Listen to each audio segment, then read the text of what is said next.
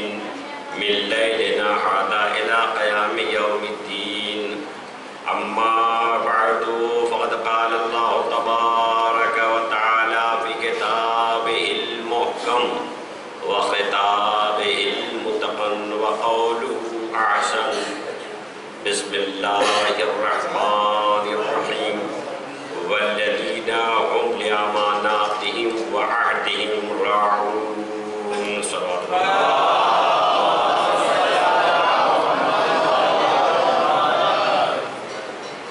امانت سے متعلق آیہ کریمہ کی ہم نے تلاوت کی ہے، جس میں امانت اور عہد کا ذکر ہے. خالق کائنات مومنین کے صفات کو بیان کرتے ہوئے ارشاد فرما رہا ہے. اب مومن کے صفات میں سے ایک صفت یہ ہے کہ وہ امانت دار ہیں، وفادار ہیں، امانتوں کی رعایت کرتے ہیں، عہد و پیمان کا لحاظ رکھتے ہیں.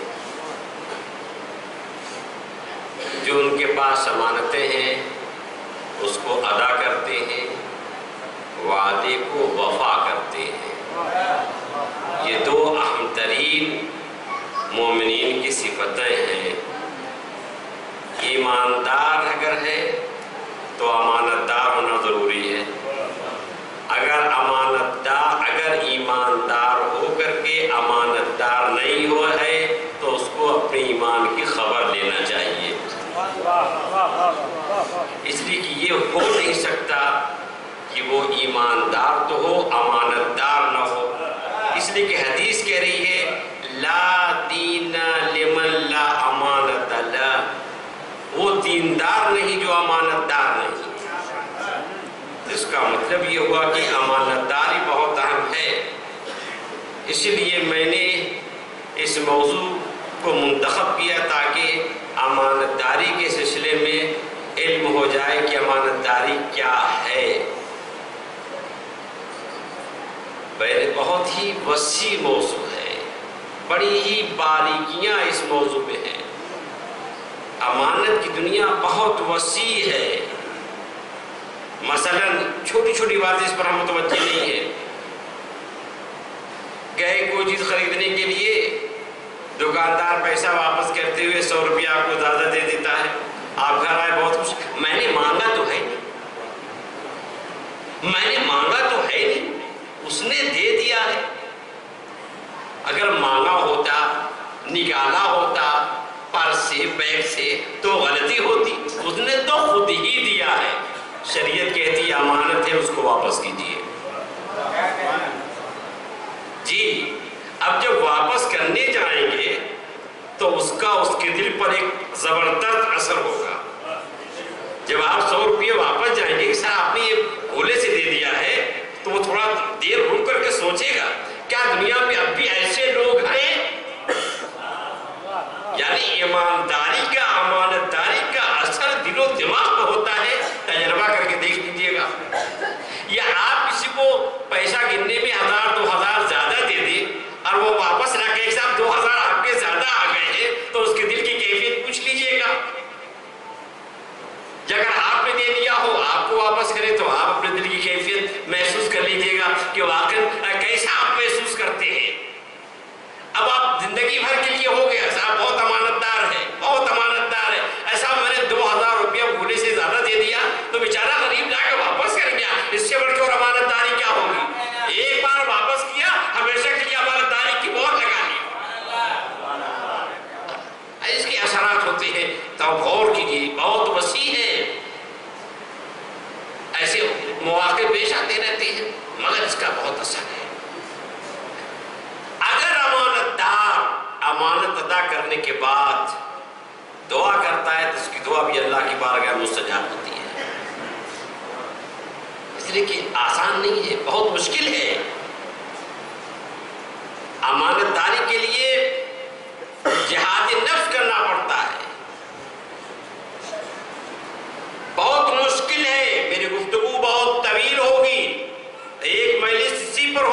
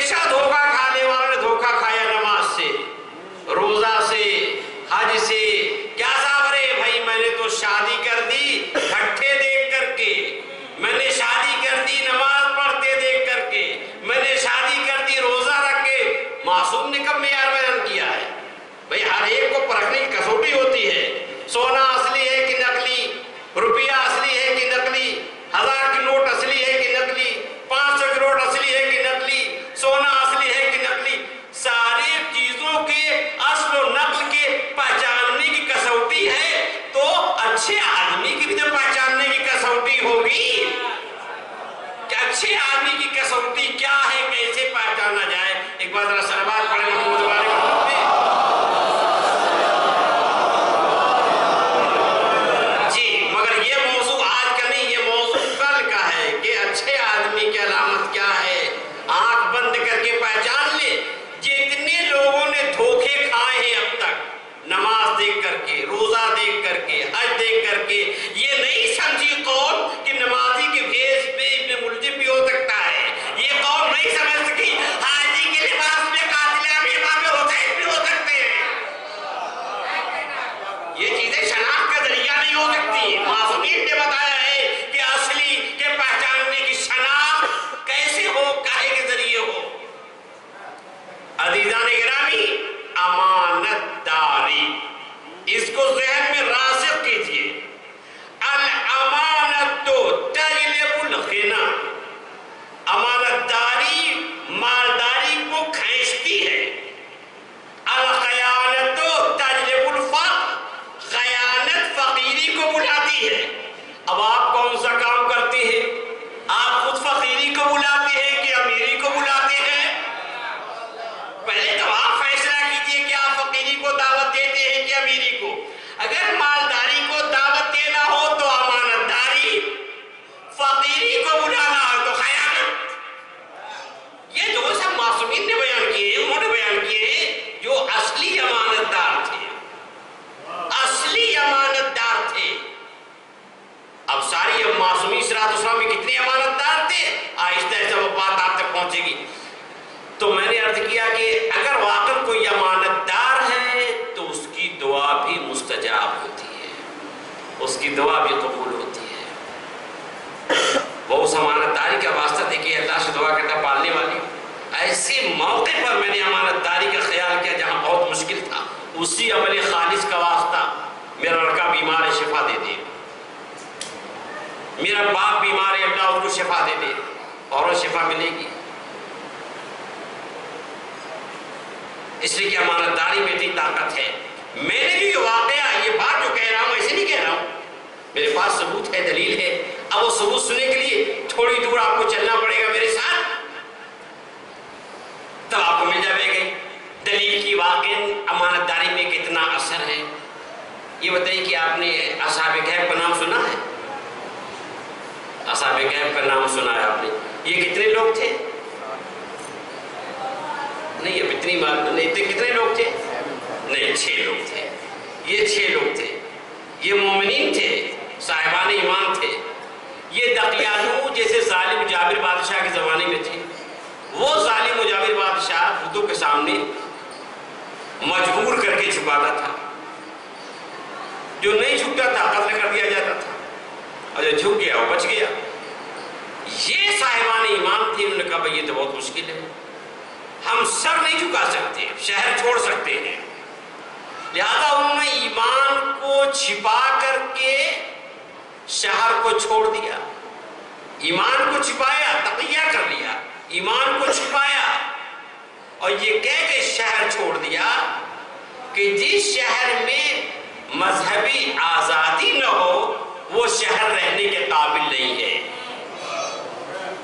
لہذا ان صاحبان ایمان نے شکار کے بہانے شہر چھوڑا۔ کچھ فرق محسوس کر رہے ہیں؟ شکار کے بہانے شہر چھوڑا، ایمان کو چھپایا، جان کو بچایا۔ اس کا مطلب یہ ہوتا ہے کہ جب جان بچانی ہوتی ہے تو انسان تقیہ کرتا ہے، ایمان چھپاتا ہے۔ جی فرق محسوس کیجئے، چونکہ جان بچانی تھی، ایمان کو چھپایا اور خاموشی سے شکار کے بہانے شہر کو چھوڑ دیا، چونکہ جان بچانی تھی۔ فرق محسوس کیجئے، جب جان بچانی ہو تو خاموشی سے شکار کے بہانے انسان شہر چھوڑتا ہے، لیکن جب قرآن بچانا ہو، جب دین بچانا ہو، جب شریعت بچانا ہو تو ببانگے تو حل نکلا جاتا ہے۔ لوگ کہتے ہیں امام حسین اسلام صاحب کہہ بیٹا تقیہ کیوں نہیں کر لیتے؟ ہماری جان بچانا ہو تب تو، لیکن قرآن بچانا ہو تو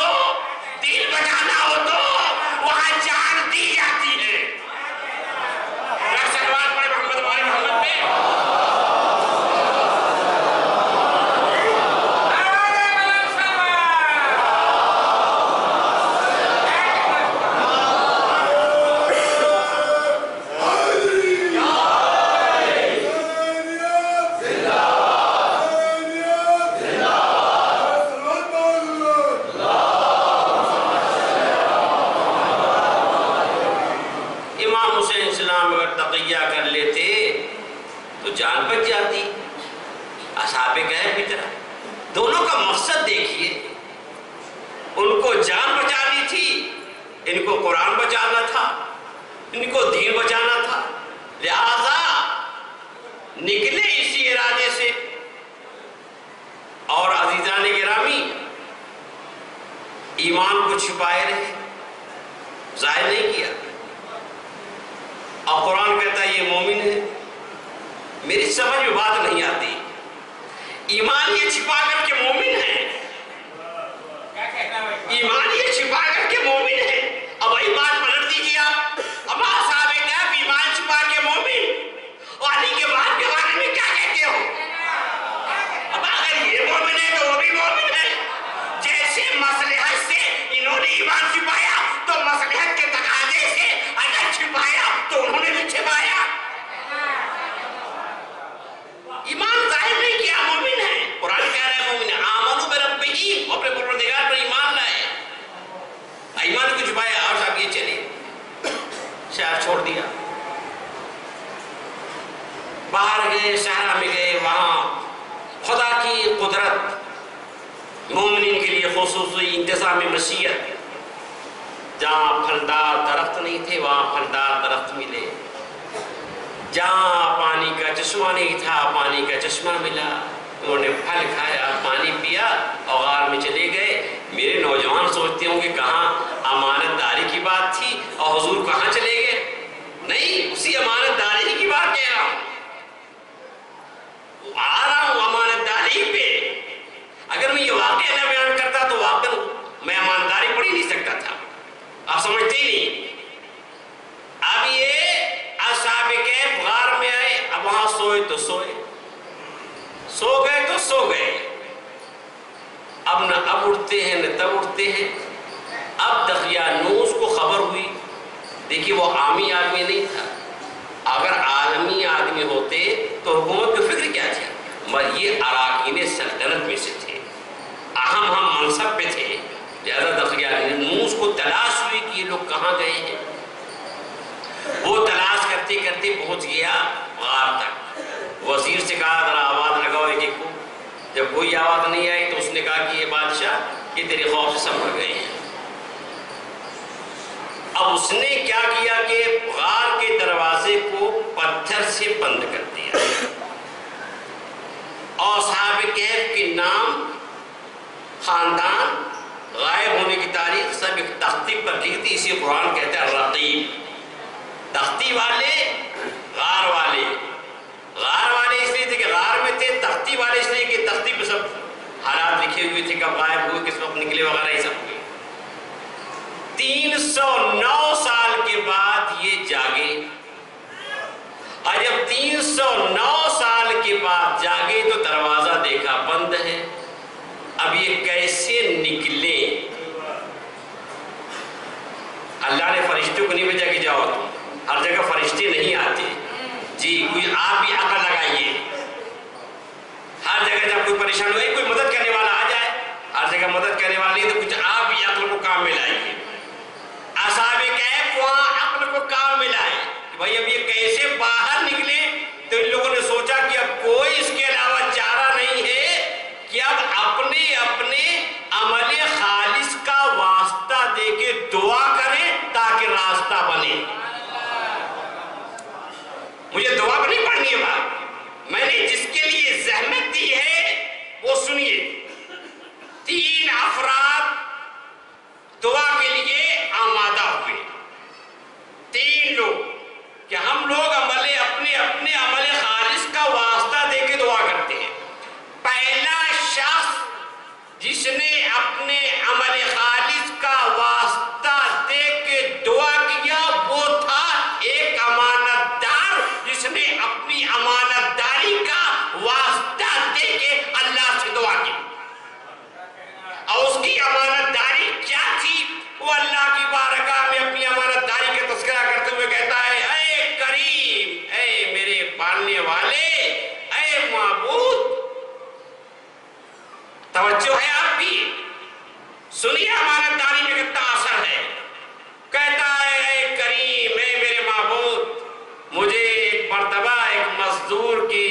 ضرورت پیش آئی، میں گیا ایک مزدور کو لایا، اس نے کام کیا، کچھ باتیں ایسی ہو گئی کہ وہ مزدوری نہ لے سکا اور واپس چلا گیا، کسی بات پہ ناراض ہو گیا، چلا گیا، مزدوری نہیں لی۔ اے پالنے والے، اس کے مزدوری کے پیسے کو میں نے اپنی ذات پہ خرچ کرنا حرام سمجھا، اس کو امانت سمجھا۔ سچ بتائیے، آپ کسی مزدور کو لائیں، کام کرے، آپ ڈانٹ دیں یا کچھ ہو جائے، وہ چلا جائے پیسہ لیے بغیر، کیا آپ کو فکر ہوگی کہ بھائی اس کے 200 روپیے ہوتے ہیں یا 250 روپیے ہوتے ہیں یا 300 روپیے ہوتے ہیں، بھائی میری گردن پہ اس نے کام کیا، کیا آپ اسے گھر پہنچائیں گے؟ آپ کو فکر ہوگی؟ جی نہیں، آپ کو کوئی فکر نہیں ہوگی۔ ہاں ہوں گے کچھ حساس طبیعت کے مالک جو محسوس کر سکتے ہیں، مگر اس ماحول و معاشرے کو دیکھتے ہوئے میں تو نہیں سمجھتا کہ کوئی محسوس کرے گا۔ شادی اور نازد کوئی ہوں جو زندہ دل مجھے محسوس کرے کہ بھائی اس کا پیسہ تو ہے، لیکن یہ شخص کہتا ہے کہ پالنے والے، میں نے اس کے مزدوری کے پیسے کو اپنی ذات پہ خرچ کرنا حرام سمجھا، میں نے اس کے پیسے سے ایک جانور خریدا، اب میں نے اس کو جانوروں میں ڈال دیا، جانوروں کی تعداد سے نسل بڑھتی رہی، بڑھتی رہی، بڑھتی رہی، بڑھتی رہی، بہت عرصے کے بعد، بہت دنوں کے بعد وہ جب فاقے کی نوبت آئی، مفلوق الحال ہو گیا، تو اس کو میں یاد آیا کہ ایک شخص ہے جس کے پاس میری مزدوری ہے، 20 برس پہلے آپ نے کسی مزدور کو رکھا، کام کیا، پیسہ نہیں دیا، چلا گیا، 20 برس کے بعد وہ آپ سے آئے، کہا صاحب یاد ہے آپ کو؟ آپ پہچاننے سے انکار کر دیں گے، وہ زیادہ بولے گا، آپ دھکے دے کے نکال دیں گے، لیکن ایک عرصے کے بعد وہ آیا اس شخص کے پاس اور آ کے کہتا ہے کہ آپ نے پہچانا مجھے؟ کہا میں نے پہچان بھی لیا، کہا کہ میں نے آپ کے کام کیا تھا، کہا جی ہاں یہ بھی یاد ہے کام کیا تھا، مزدوری نہیں لیا تھا، کہا ہاں یہ بھی یاد ہے، کہا تو میں آج کل بہت نہیں مفلوق الحال، فاقے کی نوبت ہے، وہ مزدوری چاہیے، کہا بے شک آئیے، وہ لے گیا جنگل میں، جانوروں کی طرف اشارہ کر کے یہ سب آپ کی ملکیت ہے، امانت ہے، ہاں کہتا مجھ سے کیا مذاق کر رہے ہیں؟ ایسا آپ مذاق مجھ سے کر رہے ہیں؟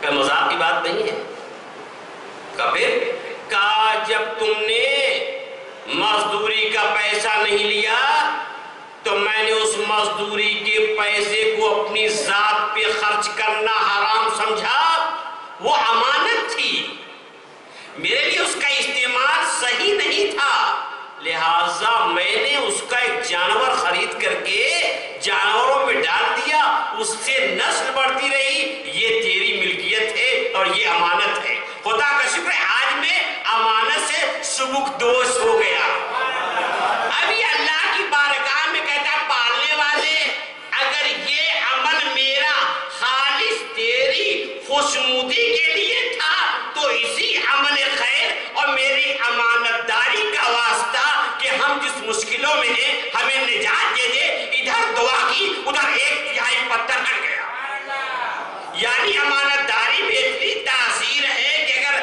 امانت دار شخص اپنی اس امانت داری کا واسطہ دے کے دعا کرے تو مشکل کیا، اگر پتھر بھی راستے میں ہو تو وہ ہٹ جائے۔ یہ ہے امانت داری کا اثر، مگر اس کے لیے واقعی کتنی جہاد کی ضرورت ہے، بڑے جہاد کی ضرورت ہے۔ جن لوگوں نے امانت داری کا حکم دیا وہ بھی امانت دار تھے، جی ہاں وہ بھی امانت دار تھے، اعلیٰ درجے کے امانت دار تھے، میری بات کا بھلے اثر نہ ہو لیکن وہ جو اللہ کی طرف سے امانت دار تھے انہوں نے تو بتایا ہے اس کا اثر ہونا چاہیے. ایک ایک ڈبل اگر ہے تو ہماری گردن پہ امانت کا. اگر میں مدرسے میں ہوں، مدرسے کی رقم میرے پاس ہے، تو ایک ایک مدرسے کی رقم امانت ہے. ایک ایک پائی جس نے چندہ دیا میری گردن پر ہے. متولی اوقاف کے مالک ایک ایک ڈبل گردن پہ ہے. شرعی رقمیں ہماری گردن پہ ہے. امام فرماتے ہیں کہ محشر میں وہ ساری چیزیں ہمارے کندھوں پر ہوں گی جو خیانت کی ہیں. اولین و آخرین سب کے سب جمع ہوں گے اور ہمارے وہ کندھوں پر ہوگی تمام چیزیں. وہ جب جائیں گے نام اعمال دے دیا جائے گا. وہ کہیں گے یا ویلنا یا ویلتنا مال هذا الكتاب. ہائے افسوس، یہ کیسا نام اعمال ہے. لا یغادر صغیرۃ ولا کبیرہ، اس نے چھوٹے گناہ کو چھوڑا ہے نہ بڑے کو. الا احصاها، سب کا سب لکھا ہے. ووجدوا ما عملوا حاضرا، اور جو کیا ہے سفید و سیاہ سب حاضر پائیں گے، سب موجود پائیں گے. عزیزان گرامی، ہمیں اس پر سوچنا پڑے گا. اور قرآن مجید میں امانت داروں کے جو واقعات ہیں وہ ہمارے عبرت کے لیے ہیں، نصیحت کے لیے ہیں. وہ ایسے نہیں ہے کہ کوئی معاذ اللہ قصے کی کتاب ہو.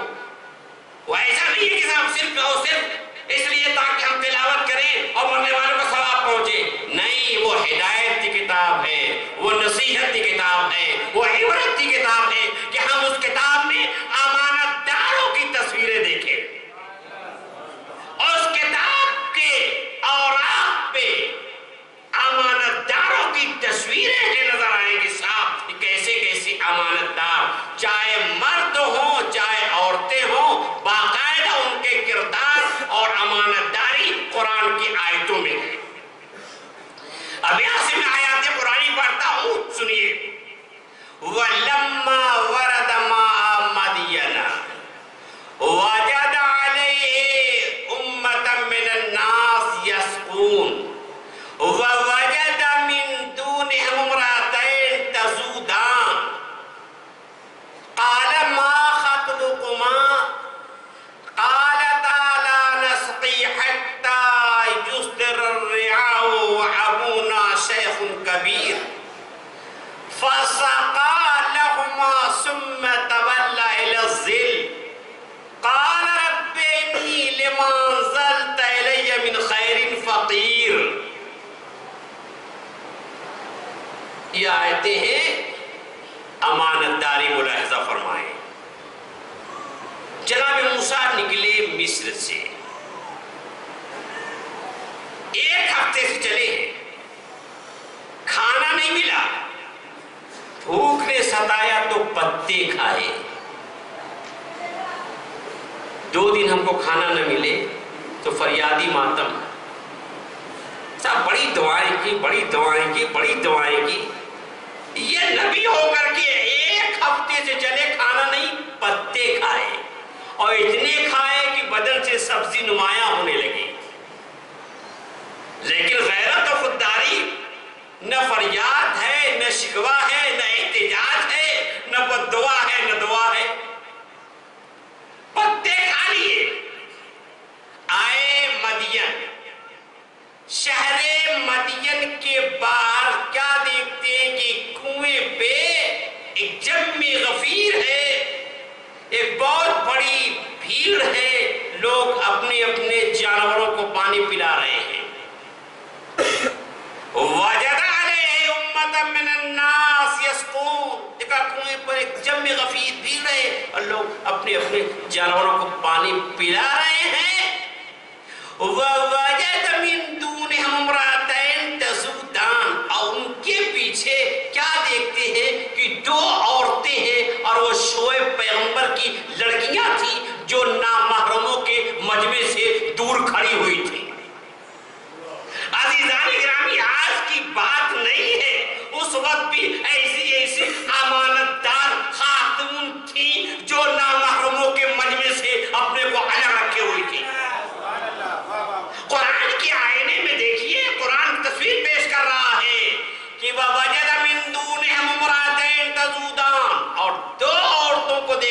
شعیب پیغمبر کی لڑکیاں تھیں جو اپنے جانوروں کو روکے ہوئے وہ جم غفیر سے الگ کھڑی ہوئی تھی.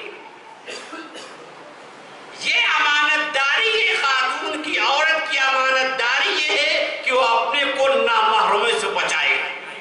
آج کی بات نہیں، اس زمانے کی بات ہے. قرآن پیش کر رہا ہے کہ جم غفیر لوگ پانی پلا رہے ہیں، وہ نامحرموں کے مجمع سے الگ دور جانوروں کو لیے کھڑی ہوئی ہیں. جناب موسیٰ کہتے ہیں میں سمجھ گیا یہ کسی معزز گھرانے کی ہے.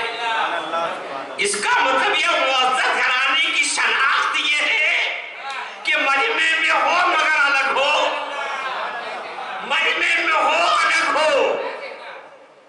جناب موسیٰ نے کہا ہاں یہ بات تو ہے بھئی.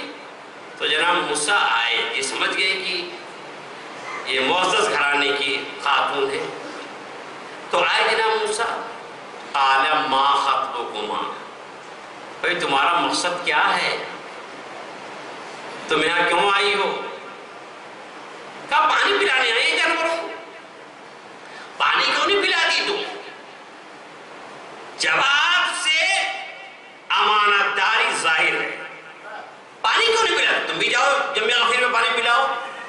ان لڑکیوں نے جو جواب دیا ہے قرآن میں موجود ہے، مگر میں پھر گزارش کروں گا کہ وہ بیچارے زحمت میں ادھر ہیں، آپ لوگ اور آگے آ جائیے تاکہ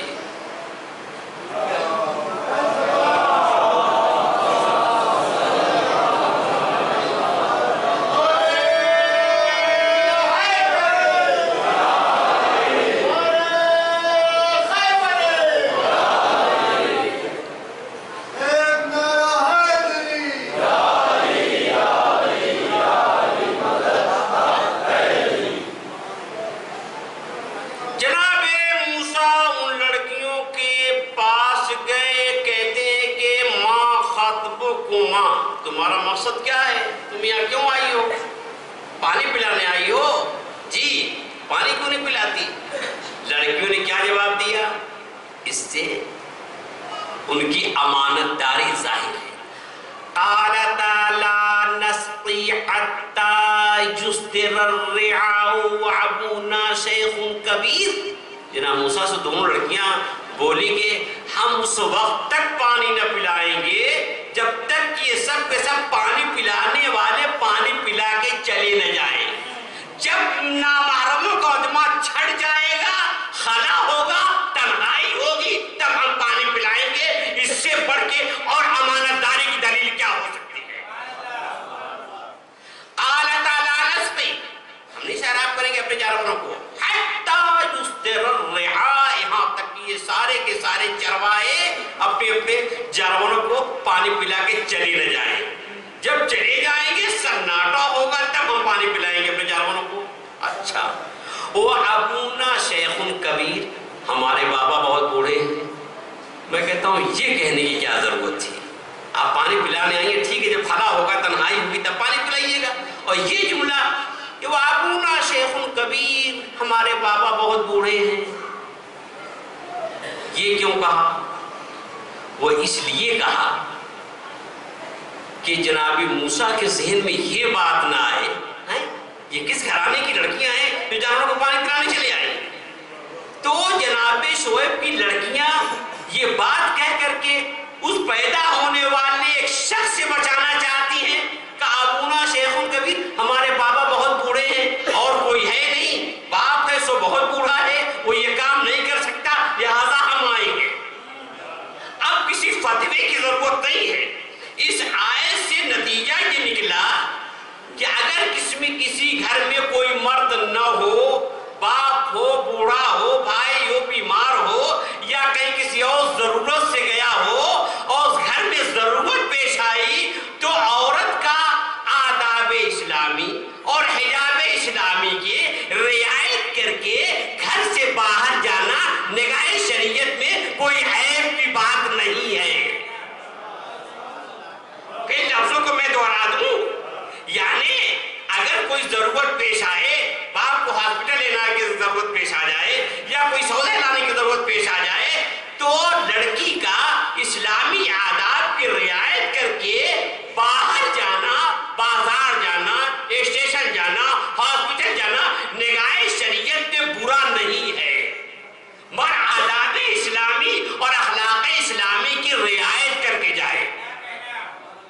میرے لفظ غور کیا آپ نے؟ جناب موسیٰ نے بات سمجھ لی بہت اچھی طریقے سے، اور جب سمجھ لی تو کہا بھائی ان کی مدد کرنا چاہیے۔ آئے چرواہوں کے پاس جو پانی کھینچ رہے تھے، ان سے کہا کہ ارے بھائی تم لوگ کیسے ہیں؟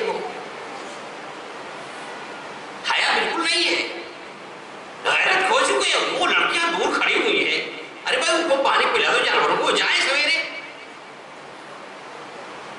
دیکھیے الٹا جواب، آپ بڑے غیرتدار ہیں، خوددار ہیں، حیادار ہیں، لیجیے ڈول پانی پلا دیجیے۔ اچھا دیکھیے وہ ڈول بھی بہت وزنی تھا، ایک روایت میں کہ 8 آدمی یہ کھینچتے تھے، ایک میں 12، میں نے 40 تک کی روایت دیکھی ہے کہ 40 آدمی کھینچے تھے ڈول، اور انہیں فوراً دیا لیجیے، تو وہ سمجھے کہ کھینچ تو پائیں گے نہیں۔ اور جناب موسیٰ ایک ہفتے سے نکلے ہیں، کھانا ملا نہیں، چلتے چلتے پاؤں زخمی ہیں، پتے کھا کے دن گزارے، ناتواں اور کمزور، سبزی نمایاں ہے، اور آئے۔ اس کا مطلب یہ ہوا کہ مشیت ایسے اسباب فراہم کرتی ہے کہ قوم خدا کے نمائندوں کو پہچاننے کی کوشش کرے۔ بھائی ذرا غور کریں میرے نوجوان، غور کریں، ایک ٹول جس کو 8 یا 12 یا 40 جوان کھینچتے ہوں، ایک تنے تنہا دبلا پتلا آدمی کھینچ لے تو آپ کو سوچنا پڑے گا یہ کون سا آدمی ہے بھیا جو غیر معمولی طاقت رکھتا ہے۔ مشیت تو ایسے اسباب پیدا کرتی کہ انسان فکر کے دریچوں کو کھولے اور ہمارے نمائندوں کو پہچانے۔ اب جناب موسیٰ گئے اور فوراً پانی نکالا اور پانی پلایا اور یہ لوگ چلی۔ شاید نوجوان سمجھتے ہو یہ کہاں جا رہے ہیں؟ جی موضوع پر ہوں، میں موضوع نہیں چھوڑوں گا جی، کیونکہ یہ سب موضوع سے متعلق گفتگو لہذا بیان کرنا ضروری ہے۔ فَسَقَا، قرآن کہتا ہے فَسَقَا لَهُمَا ثُمَّ تَوَلَّ إِلَى الظِّلِّ، جناب موسیٰ نے پانی پلا دیا تو سائے میں آگئے، اور جب سائے میں آگئے تو کہتے ہیں رب انی لما انزلت الی من خیر فقیر، اے پالنے والے میری دعا یہ ہے کہ اس وقت تو جو جو بھیج دے گا میں اس کا محتاج ہوں۔ واہ سبحان اللہ، ایک ہفتے سے نکلے، پتے کھا رہے، دعا نہیں کی، بھوک ستا رہے تھے، دعا نہیں کی۔ یہ کون سی دعا کا مورد ہے؟ یہ کون سی دعا کرنے کی جگہ ہے؟ جی ہاں، جناب موسیٰ دعا کرنے کی جگہ تو بتا رہے کہ اصل جگہ تو دعا کرنے کی یہی ہے۔ کیا وہ کیسی؟ کہا دعا کرنے کی جگہ یہ ہے کہ سقا لہما، جانوروں کو پانی پلایا، اور جب پانی پلا کے سائے میں آئے تب میں نے دعا کی۔ اس کا مطلب یہ ہوا کہ جناب موسیٰ دعا کرنے کا سلیقہ بتا رہے ہیں، نہیں ابھی نہیں، دعا کرنے کا سلیقہ بتا رہے ہیں۔ وہ کیا کہا؟ دعا کرنے کا سلیقہ یہ ہے کہ دعا کرنے سے پہلے کوئی عمل خیر کر لیا جائے تاکہ وہ عمل خیر دعا کی قبولیت کا سبب بن جائے۔ میں نے پیاسے کو پانی پلایا اور پانی پلانے کے بعد دعا کیا تاکہ وہ دعا نہیں لائے۔ اس کا مطلب کسی کو پانی پلا کے دعا کیجئے، وہ دعا مستجاب ہوگی، وہ عمل خیر دعا کی قبولیت کا سبب بن جائے گا۔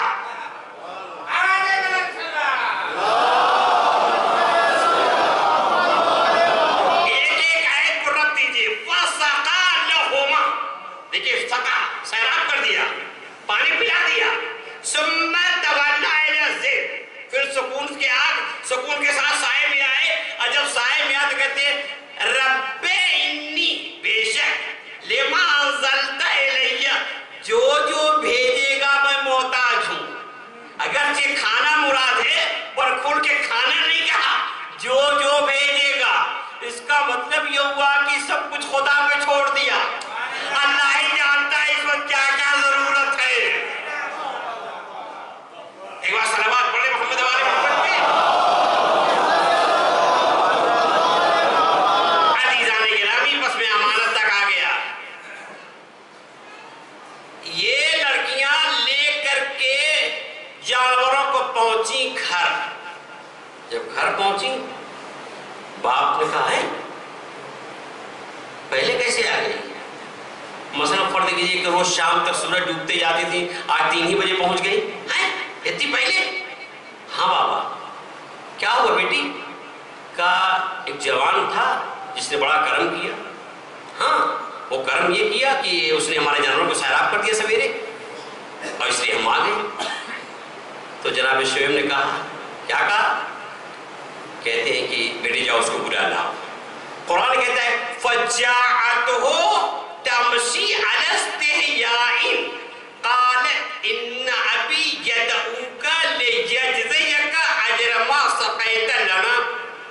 ایک بیٹی شرم و حیا میں لپٹی ہوئی، امانتداری کا بھرپور خیال رکھتے ہوئے جناب موسیٰ کے پاس آئی اور کہتی ان ابی یدعوک، میرے بابا نے آپ کو بلایا ہے۔ کیوں بلایا ہے؟ لیجزیک اجر ما سقیت لنا، جو آپ نے ہمارے جانوروں کو سیراب کیا ہے اس کی جزا دے۔ جی نہیں، جزا نہیں، دعا قبول ہو رہی ہے، دعا کے راستے بناتی ہے کہ میرے بابا نے بلایا آئیے۔ خیر صاحب جناب موسیٰ پہنچے جناب شعیب پیغمبر کے پاس۔ جناب شعیب پیغمبر کے پاس پہنچے، دسترخوان بالکل بچھا ہوا تھا، کہا یہ بسم اللہ۔ جناب موسیٰ نے کہا جی نہیں، میں نے اس لیے تھوڑی پانی پلایا ہے کہ اپنی آخرت کے بس کو بھیج دوں لوگوں کے بس۔ آپ دیکھیے خدا کی قسم، 1 ہفتے کے بھوکے ہیں، پتے کھائے ہیں، لیکن غیرت و خودداری کا کمال ہے۔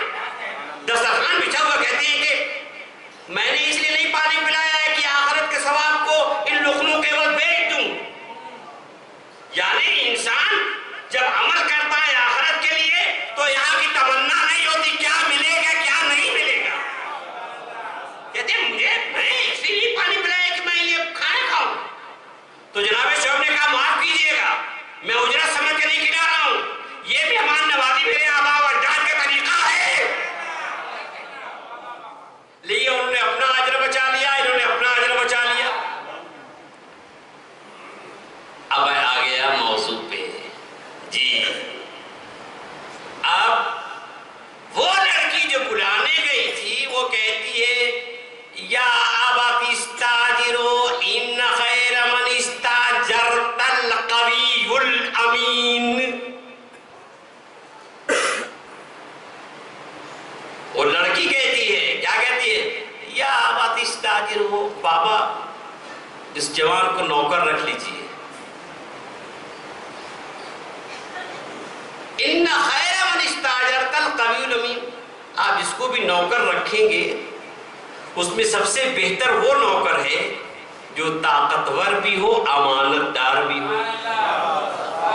اب جناب شعیب سنبھل کے بیٹھ گئے جی، جیسے آپ سنبھل کے بیٹھ گئے سننے کے لیے، ویسے جناب شعیب نے لڑکی سے جب لفظ امین سنا، قوی ہونے پر نہیں بیٹھے، جب بیٹھے گا طاقتور بھی ہے تو اس پر نہیں ان کو چمبا ہوا، لیکن جب لڑکی نے کہا کہ یہ امین ہے، امانت دار ہے، تو سنبھل کے بیٹھے۔ اب فقیر کی روایت ہے امام کاظم سلام اللہ علیہ سے، فقیر کی روایت سنیے ساتھ امام سے، کہا بیٹی تم نے طاقتور والی بات تو کہہ دی تھی کہ بابا ایک پتھر تھا یا ڈول پتھر تھا، یا بہت سے لوگ چند افراد ملتے تھے تو اٹھایا جاتا تھا کنویں کے اوپر، یا ڈول بڑا وزنی تھا، 8 آدمی یا 10 آدمی یا 12 چند لوگ مل کے اٹھاتے تھے، یہ جوان اتنا طاقتور ہے کہ اکیلے پانی کھینچ لیا۔ بیٹی یہ بات تو اسی دن منکشف ہو گئی تھی جس دن تم پہلے آ گئی، اور میں نے پوچھا بیٹی پہلے کیوں آ گئی، تم نے بتا دیا کہ جوان تھا بڑا طاقتور تھا، اس نے ڈور جس کو چند لوگ مل کے کھینچتے تھے تنہا کھینچا پانی پلا دی۔ اب جب امین کہا تو چونکے اور سنبھل کے بیٹھے، کہا بیٹی تم نے یہ کیسے سمجھا کہ یہ امانت دار ہے؟ عزیزان گرامی، میری تقریر کا آخری فقرہ، بیٹی تم نے کیسے سمجھا کہ یہ امانت دار ہے؟ قالت، اس لڑکی نے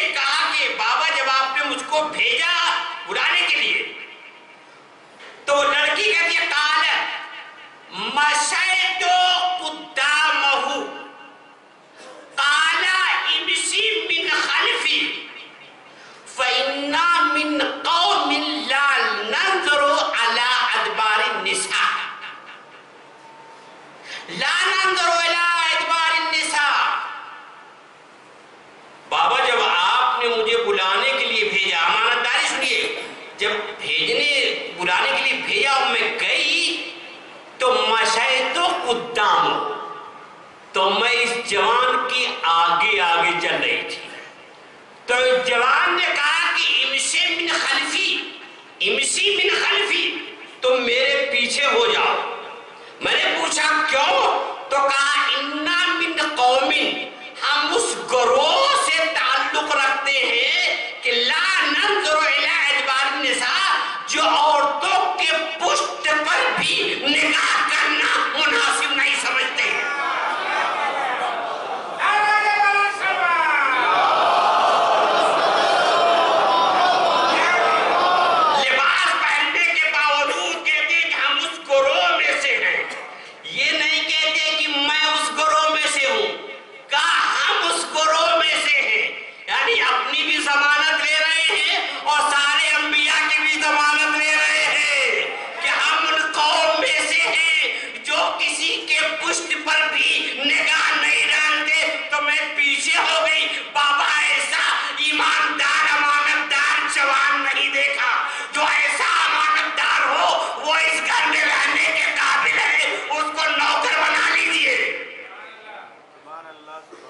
تو جناب شعیب نے کہا اریدو ان انکحکا، میں چاہتا ہوں کہ ان دو لڑکیوں میں سے کسی ایک لڑکی کا تم سے عقد کر دوں. اس کا مطلب یہ ہوا کہ جناب شعیب نے داماد کا بھی معیار بتا دیا کہ داماد تلاش کیجیے تو طاقتور ہو، جو دو روٹی کھلا سکے، امانت دار ہو، ادھر ادھر نگاہ نہ ڈالے. ایک بار صلوات پڑھیں محمد ہمارے محمد پہ.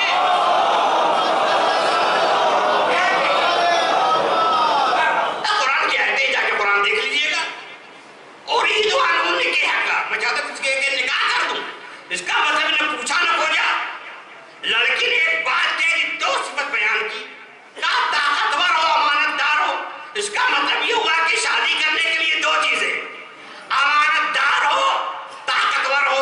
اور جب امانت دار ہوگا تو سبحان اللہ ہر چیز میں امانت دار ہوگا. یہ بہترین صفت ہے امانت دار.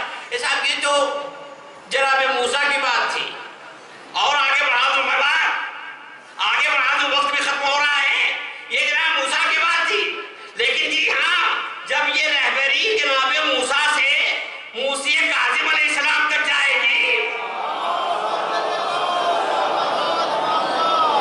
یہ رہبری جب وہاں تک جائے گی اور قید خانے میں ہارون رشید ایک فاحشہ کو بھیجے گا، اور جب فاحشہ جائے گی تو طائبہ بن کے نکلے گی. اور جب حکومت پوچھے گی بھائی تم نے کیا دیکھا، تو بڑھ کے امانت داری کی گواہی کیوں دے گی؟ ارے صاحب یہ قید خانے میں ایسا امانت دار تھا کہ میں نے اس کو سجدے میں دیکھ کر کے خود سجدہ ریز ہو گئی. جی معلوم ہوا کہ وہاں کے امانت دار ایسے ہیں جو ساجد نہ ہو تو سجدہ کرنے والا بنا دیتے ہیں. گئی تھی فاحشہ بن کے، آئی ہے تو امام کی امانت داری کی گواہی اس طرح دیتی ہے کہ تو انہوں نے مجھ کو دیکھا بھی نہیں. تو پتا چلا کہ امامت کے نبوت کے فرق ہے. جناب موسیٰ نے کہہ دیا ہم نظر نہیں کرتے، پیچھے ہو جاؤ. انہوں نے تو سجدے سے سر ہی نہیں اٹھایا. یہ اعلیٰ درجے کی امانت داری. تو اب یہاں پر میرا دل چاہتا ہے کہ ایک بات کہہ دوں، ایسا امانت دار دین کیسے سے لینا چاہیے؟ ایسے امانت داروں سے لینا چاہیے. واقعاً سچ کہتا ہوں کہ اگر دین امانت داروں سے لیا گیا ہوتا تو آج دہشت گردی کا الزام نہ ہوتا. اگر امانت داروں سے لیا گیا ہوتا تو دہشت گردی کا الزام نہ ہوتا. ارے یہ لوگ دور نہ جائیں، خواجہ اجمیری سے پوچھیں کہ دین کس سے لیا ہے، آپ انہیں سے لے لیجئے. خواجہ صاحب نے دین کس سے لیا ہے؟ آپ بتائیں کس سے لیا ہے؟ امانت داروں سے لیا ہے. ایسا امانت داروں کوئی دلیل کا؟ جی ہاں دلیل ہے. اس سے بڑھ کے اور کیا دلیل ہے؟ کہتے ہیں شاہ ہست حسین بادشاہ ہست حسین. حسین شاہ بھی ہیں، حسین بادشاہ بھی ہیں. ہمارے نوجوان سمجھتے ہوں کہ شاہ صاحب کہہ رہے ہیں کہ حسین شاہ بھی ہیں، بادشاہ بھی ہیں، نہ امام کے پاس تخت ہے، نہ امام کے پاس تاج ہے، نہ امام کے پاس جاؤ حشم ہے، کچھ نہیں ہے۔ لفظ بادشاہ جب استعمال ہوتا ہے تو آدمی تخت ہو، تاج ہو، فوج ہو، یہ ہو، وہ ہو، سب فوراً تصور ہوتا ہے۔ شاہ صاحب کیا کہہ رہے ہیں؟ شاہ تو حسین شاہ ہیں، بادشاہ ہیں۔ جی ہاں، انہوں نے دیندار امانت داروں سے لیا ہے۔ وہ بتانا چاہتے ہیں کہ حسین وہ بادشاہ نہیں ہے جو تاج چاہے، جو تخت چاہے، اما وہ ایسا بادشاہ ہے جس کی بادشاہت دلوں پر ہے، دلوں پر بادشاہت ہے، اور دل پر بادشاہت اسی وقت ہوگی جب امانت دار ہوگا۔ خائن دل کا بادشاہ نہیں ہو سکتا، جسم کا بادشاہ ہوگا، دل کا بادشاہ نہیں ہوگا۔ دل کا بادشاہ وہی ہوگا جو امانت دار ہوگا۔ کہتے ہیں حسین دین است، حسین دین ہے۔ دین امام حسین صاحب سے لیجیے، آپ امانت داروں سے لیجیے۔ خواجہ صاحب نے سے لیا ہے دین، خواجہ صاحب نے کسی لیے کتاب سے نہیں لیا ہے، یہ تو ہم نے کتاب سے لیا ہے۔ خواجہ صاحب نے دین کہاں سے لیا ہے؟ کتاب سے نہیں لیا ہے، نہ وہ کہتے ہیں کتاب سے لیجیے آپ۔ پھر خواجہ صاحب نے خواجہ صاحب کہتے ہیں دین است تو حسین، حسین دین ہے، یعنی خواجہ صاحب بتانا چاہتے ہیں حسین کو، دین کو کتاب پلٹ کے نہ لیجیے، کتاب کے اوراق نہ لیجیے، بلکہ جو شخصیت تعلیمات اسلامی کا مجسمہ بن جائے اس سے دین لیجیے۔ ہر دور میں جو شخصیت امانت داری اور دینداری اور تعلیمات اسلامی کا مجسم نمونہ بن جائے اس سے دین لیجیے۔ امانت داروں سے لیجیے دین، اس سے دین لیجیے جس نے وہاب نے جس سے دین لیا۔ قبلہ میں دوسروں فوجیں تھیں، ادھر بھی نمازیں ہو رہی تھی، ادھر بھی نمازیں ہو رہی تھی، لیکن وہاب ادھر آیا۔ وہاب نے دین کس سے لیا؟ وہاب عیسائی تھے، جناب وہاب عیسائی، دین کس سے لیا؟ امام حسین صاحب سے لیا۔ امام حسین صاحب سے دین لیا، کہا یہ دین ہے، اسے دین ملے گا، یہ امانت دار ہیں۔ اللہ اکبر، کیسے امانت دار؟ کہتا ہے اپنی ماں سے کہ مادری گرامی، یہ شادی کر کے لوٹ رہے تھے، راستے میں اثناء رائے امام حسین ملاقات ہو گئی تو تفتیش کیا اس نے یہ کون ہے، معلوم یہ حسین ہے۔ تو وہاب نے یزیدی لشکر کے ایک سپاہی سے پوچھا یہ کون ہے ان کی سخت نگرانی ہو رہی ہے؟ کہا کہ یہ حسین ہے۔ تو وہاب کہتا ہے کہ ایک بات بتاؤ گے؟ کہا وہ کیا؟ آپ متوجہ ہیں اس بات کو سننے کے لیے؟ وہاب یزیدی فوج کے سپاہی سے پوچھتا ہے یہ کون ہے جس کی سخت نگرانی ہو رہی ہے؟ وہ کہتا ہے کہ یہ حسین ہے، یہ رسول کی بیٹی فاطمہ کے بیٹے حسین ہیں۔ تو وہاب نے ایک جملہ کہا یزیدی سپاہی سے، کہا کہ کیا یہ وہی حسین ہے جس کے نانا مباہلے میں اپنے ہاتھ پہ اٹھا کے لے گئے تھے؟ کہا ہاں یہ وہی حسین ہے۔ یزیدی لشکر کے سپاہی بے چین ہو گیا، کہا تم کو کیسے معلوم؟ تمہاری عمر کتنی ہے؟ کہا 25 سال۔ کہا واقع مباہلے ہوئے 50 سال ہو گئے، سن 10 میں واقع مباہلہ ہوا، سن 61 میں واقع کربلا، کتنے سال ہوئے؟ 50 سال، اور خود وہ 25 سال کا۔ کہا تم کو کیسے معلوم کہ اس کے نانا اس کے ہاتھوں پہ لے گئے تھے؟ کہا اس لیے مجھے معلوم ہے کہ آج بھی ہمارے عیسائی علماء جب مباہلے کا تذکرہ کرتے ہیں تو اس بچے کا تذکرہ ضرور کرتے ہیں جس کے نانا اس کے ہاتھوں پہ اٹھا کے لائے تھے۔ خدا کی آوازوں پہ رحمت نازل فرمائے۔ وہ چونک کے ماں کے پاس آیا، کہا مادری گرامی جس وجہ سے مباہلے میں شکست ہوئی تھی، ہمارے علماء جس بچے کا تذکرہ کرتے تھے کہ اس کے نانا اس کے ہاتھوں پہ لے کے آئے تھے، یہ وہی حسین ہے۔ ماں بے چین ہوئی، کہا بیٹا اب کچھ نہیں، چلو حسین ابن علی کے پاس، دیکھیے دین کس سے لیا؟ امانت داروں سے لیا۔ آئے امام کے پاس، مذہب حقہ کو قبول کر لیا، اور مذہب حقہ کو جب قبول کر لیا اب آزار شہادت گرم ہوا۔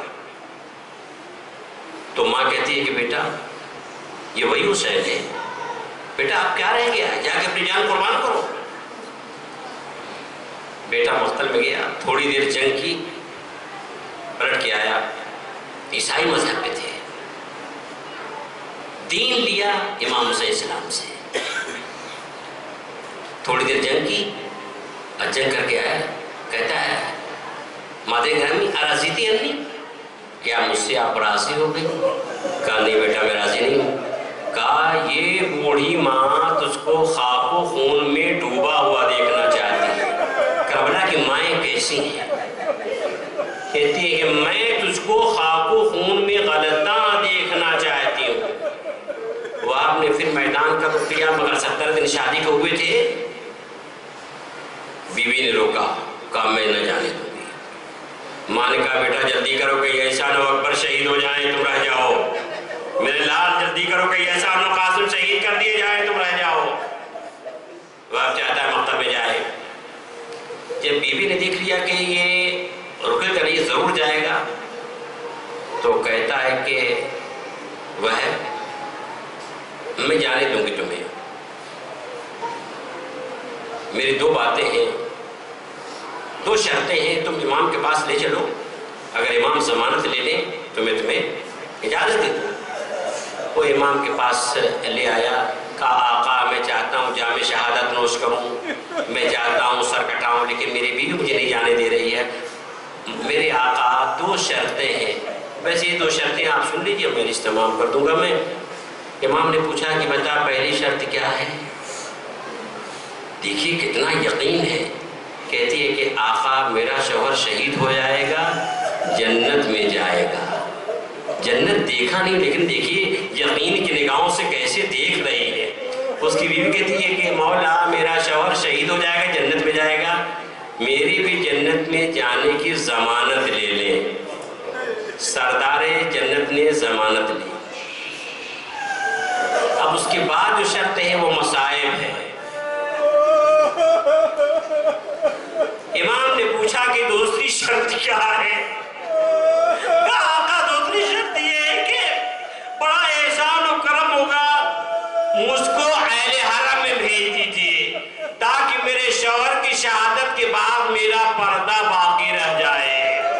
جیسے امام نے سنا رونے لگے، جو کہ علم امامت سے امام کو معلوم تھا، یہ کہہ تو رہی ہے کہ خیمے میں بھیج دیجیے کہ میرا پردہ قائم رہ جائے۔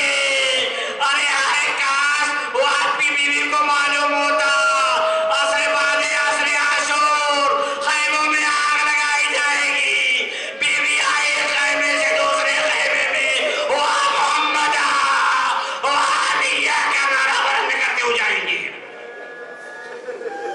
خدا آپ کی آوازوں پہ رحمت نازل فرمائے۔ امام نے اہل حرم میں بھیج تو دیا، وہاں میدان میں آئے، لڑنا شروع کیا، زحمت خان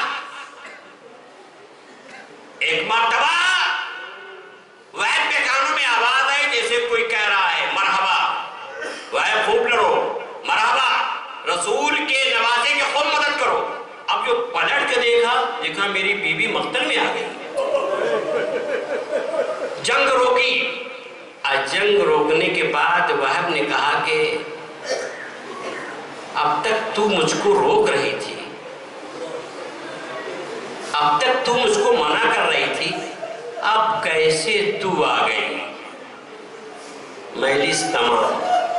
وہ کہتی ہے کہ وحب میں کیا کروں، زہرا کا لال ایسی آواز استغاثہ بلند کر رہا تھا، زہرا کا لال کہہ رہا تھا واہ غربتا واہ قلت ناصرہ حل من مغیث یغیثنا حل من ناصر ینصرنا۔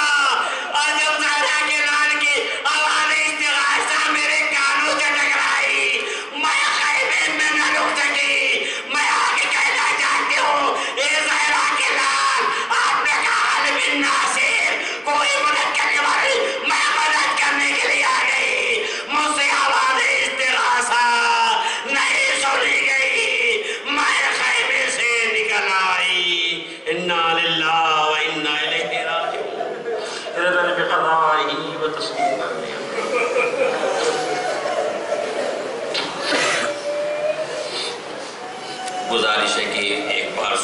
3 بار سورۃ توحید تلاوت فرما کر چند مرحومین ہیں ان